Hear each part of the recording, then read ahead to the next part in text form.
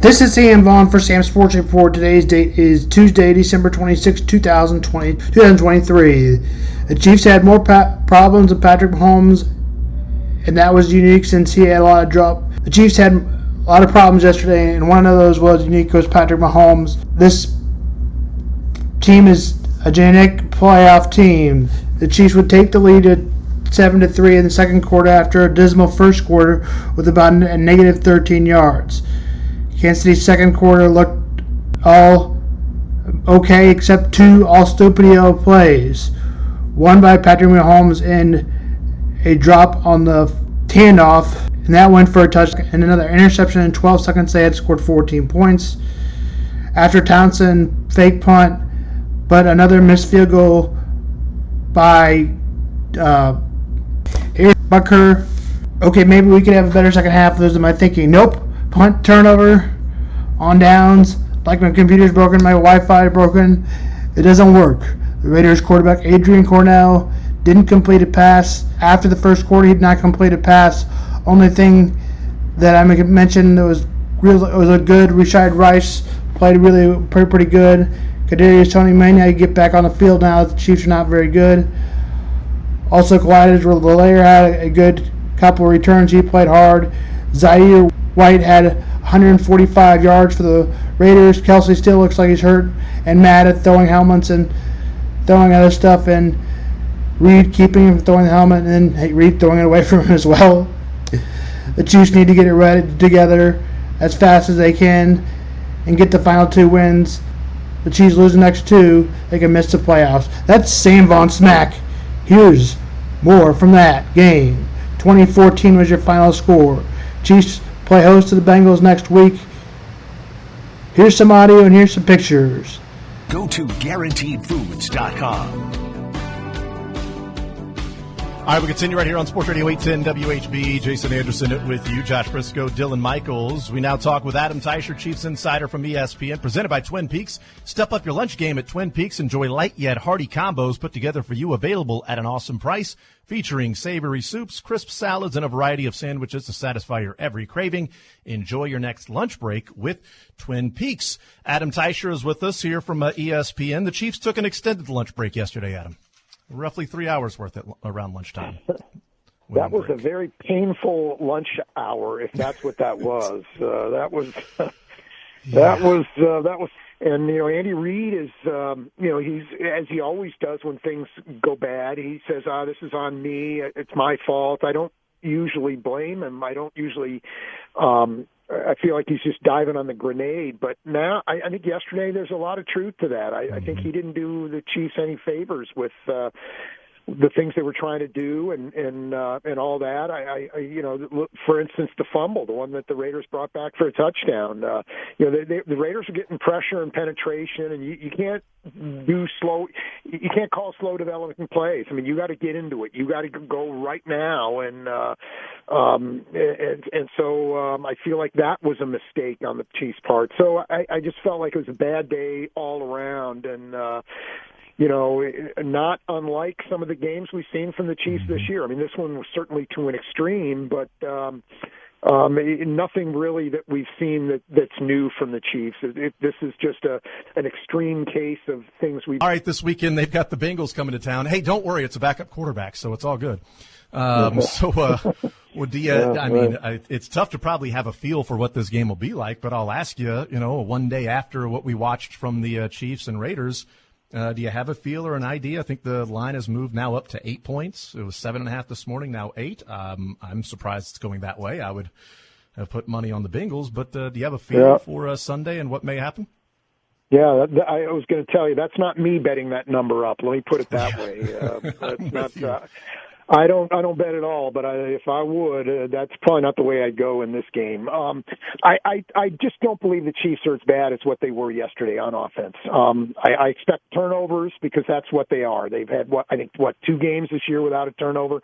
I expect offensive penalties because that's what they do. They lead the league. I expect drop passes, so it's not going to be pretty. But I do think when they avoid those kinds of things, it'll be better than it was yesterday. I mean, that's not a That's a low bar, I know. It's not a strong statement, but I do think the Chiefs are better than that. But can they do enough to beat a team that had been playing well behind a backup quarterback until last week? I don't know. I just don't know. I think the Bengals are better than maybe people think without Joe Burrow.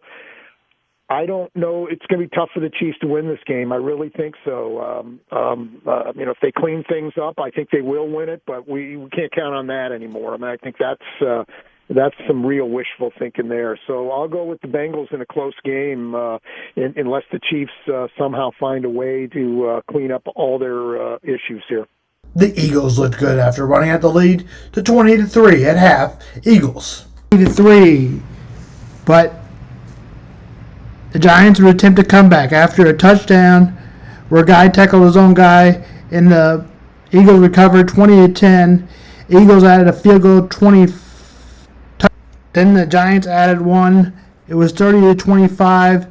Got a chance to tie it with a 2-point conversion, and the game ball was intercepted. Eagles would get a field goal. Turnover on interceptions for the Giants again. A turnover on downs, a field goal by the Giants. Score was 25-30. The Eagles would add a field goal. The Giants would have a chance, but they would throw an interception that could have made it an 8-point game. 25-30. The Eagles would add a field goal. The Giants would have a chance, but they would throw an interception.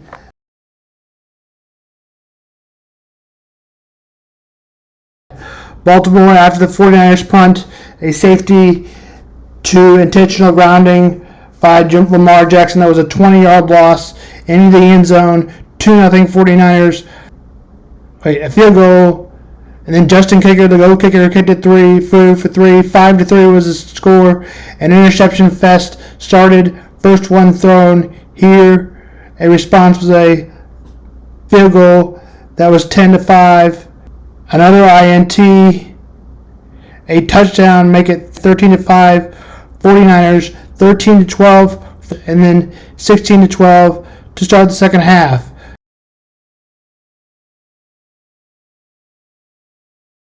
A touchdown by the Ravens, 23-12.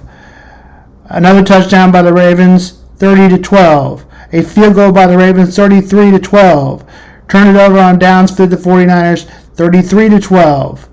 Remained after they got a field goal, touchdown 49ers 39-19, a punt by the Baltimore Ravens, but another interception thrown by Brock Purdy. Brock Purdy threw 4 interceptions and was on his way out to the MVP as Lamar Jackson probably takes it over. MVP Lamar Jackson runs for 45 yards on 7 attempts and had 287 all-purpose yards and 2 touchdowns through the air, and Kyle Hamilton have an outstanding game as he recorded 2 interceptions.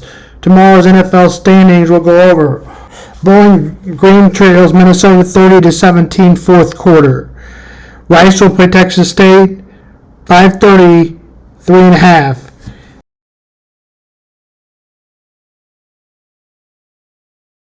Kansas will play UNLV. Watch out for Jason Bean and Jaden Maiva, who threw 14 touchdowns and 9 picks this season.